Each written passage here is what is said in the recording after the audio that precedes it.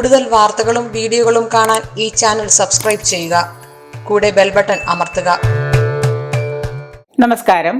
27 നക്ഷത്രങ്ങളിൽ ഓരോ നക്ഷത്രക്കാർക്കും അശ്വതി നക്ഷത്രത്തിൽ ജനിച്ച അവർ അനുഷ്ഠിക്കേണ്ട ഐശ്വര്യത്തിനും ധനസമ്പാദനത്തിനും അവരുടെ കുടുംബ മഹിമയ്ക്കും അവരുടെ ജീവിതത്തിൽ പ്രത്യേക ഉയർച്ചയ്ക്കും ഒക്കെ ആയിട്ട് അനുഷ്ഠിക്കേണ്ടതായ പല കാര്യങ്ങളും അനുഷ്ഠിക്കേണ്ടതായ കർമ്മങ്ങളും ഓരോ ദശാനാഥന്മാരും അവർക്ക് അനുകൂലമാണോ പ്രതികൂലമാണോ ആ സമയത്ത് നമ്മൾ ചെയ്യേണ്ടത് മാത്രമല്ല ഓരോ പ്രതികൂല നക്ഷത്രങ്ങളും ഏതൊക്കെയാണ് എന്നുള്ളതാണ് നമ്മളിപ്പോൾ നോക്കുന്നത്. അശ്വതി നക്ഷത്രത്തിൽ ജനിച്ചവർ അനുഷ്ഠിക്കേണ്ട കർമ്മങ്ങള്. അശ്വതി നക്ഷത്രത്തിൽ ജനിച്ചാൽ അവർക്ക് സാധാരണയായിട്ട് ബുദ്ധിശക്തി, ധൈര്യം, സാമർത്ഥ്യം, സൗന്ദര്യം ഇതൊക്കെ ഉണ്ടായിരിക്കും. ഇവര് സൂര്യൻ, അതായത് ആദിത്യദശ, ചൊവ്വാദശ, വ്യാഴദശ ഈ കാലങ്ങളിൽ ഇവർക്ക് പൊതുവെ അശുഭമായി സംഭവിക്കാറുള്ളൂ.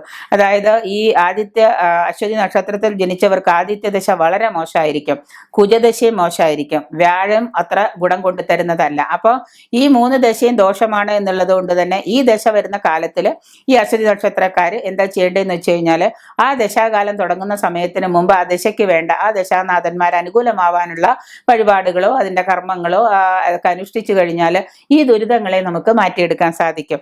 അത് നമ്മൾ ജാതകം പരിശോധിച്ചു കഴിഞ്ഞാൽ ദശ എന്ന് തുടങ്ങുന്നു എന്ന് നമുക്കറിയാൻ പറ്റും. അപ്പൊ പൊതുവെ ഈ ദശാകാലം അശുഭമായതിനാൽ വിധിപ്രകാരമുള്ള ദോഷപരിഹാരങ്ങൾ ചെയ്യണമെന്നാണ് പറയുന്നത്.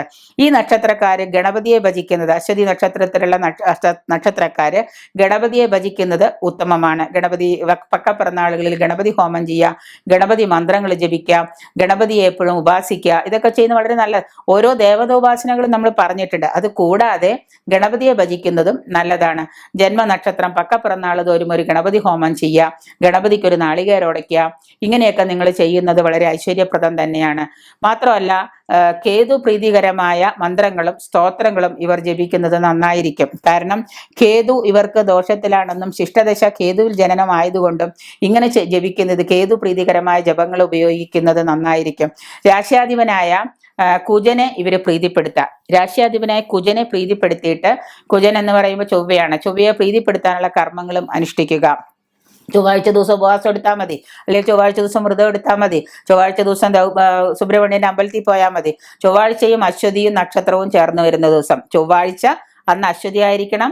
ചൊവ്വാഴ്ചയും അശ്വതി നക്ഷത്രവും ചേർന്ന് വരുന്ന ദിവസമാണെങ്കിൽ, ഇപ്പൊ ഒരു ചൊവ്വാഴ്ച വന്നു, അന്ന് അശ്വതി ആണെങ്കിൽ ഉടനെ ഓടിക്കൊള്ളാം സുബ്രഹ്മണ്യന്റെ അമ്പലത്തിലേക്ക് പോയിട്ട് അവിടെ പോയിട്ട് സുബ്രഹ്മണ്യ ഭജനം ചെയ്യുക, സുബ്രഹ്മണ്യന് പനിനീരഭിഷേകം ചെയ്യുക, സുബ്രഹ്മണ്യന് ഭസ്മാഭിഷേകം ചെയ്യുക, സുബ്രഹ്മണ്യ ഭജനം ചെയ്യുക, സുബ്രഹ്മണ്യ സ്തോത്രങ്ങൾ ജപിക്കുക, ഭദ്രകാളി ഭജനം നടത്തുക. എന്നിവയൊക്കെ നടത്തുന്നതും സുബ്രഹ്മണ്യന് പഞ്ചാമൃതം നേദിക്കുന്നതും ഒക്കെ വളരെ നല്ലതാണ്. ഇങ്ങനെ ഫലപ്രദമായ ചുവന്ന വസ്ത്രങ്ങൾ, അശ്വതി നക്ഷത്രക്കാർ ചുവന്ന വസ്ത്രങ്ങൾ, നല്ലൊരു കാര്യത്തിന് പോകുമ്പോൾ ഒരു ചുവന്ന നിറത്തിലുള്ള വസ്ത്രം ധരിക്കുന്നതൊക്കെ വളരെ ഉത്തമമാണ്. ഇങ്ങനെയൊക്കെ ചെയ്തു കഴിഞ്ഞാൽ ഇവരുടെ നക്ഷത്ര ദോഷങ്ങൾ മാറുകയും ഇവർക്ക് പല ദോഷാധിക്യങ്ങൾ പല കാര്യത്തിൽ കുറഞ്ഞിരിക്കുകയും ചെയ്യും. എല്ലാ ചൊവ്വാഴ്ചയും ഇവർ സുബ്രഹ്മണ്യനെ ഭജിക്കുന്നത് വളരെ നല്ലതാണ്. ഒപ്പം തന്നെ പക്കപ്പിറന്നാളുകളിൽ ഗണപതിക്ക് നിങ്ങൾ നാരങ്ങമാല ചാർത്തുക, ഗണപതിക്ക് കറുകമാല ചാർത്തുക, ഗണപതി ഹോമം ചെയ്യുക. ഇതൊക്കെ തന്നെ ഏറ്റവും കൂടുതൽ. ഒന്നും സർവവിഘ്നഹരൻ ദേവൻ സർവവിഘ്നവർജിതം സർവസിദ്ധി പ്രദാതാരം വന്ദേഹം ഗംഗണപതയെ ഓം ഗംഗണപതയെ എന്നിങ്ങനെ നിരന്തരം ജപിച്ചുകൊണ്ട് നടന്നാൽ പോലും നിങ്ങൾക്ക് ഒരുപാട് ഗുണഗണങ്ങൾ വരും. അതുപോലെയാണ് അശ്വതി നക്ഷത്രക്കാർ അനുഷ്ഠിക്കേണ്ട കർമ്മങ്ങൾ.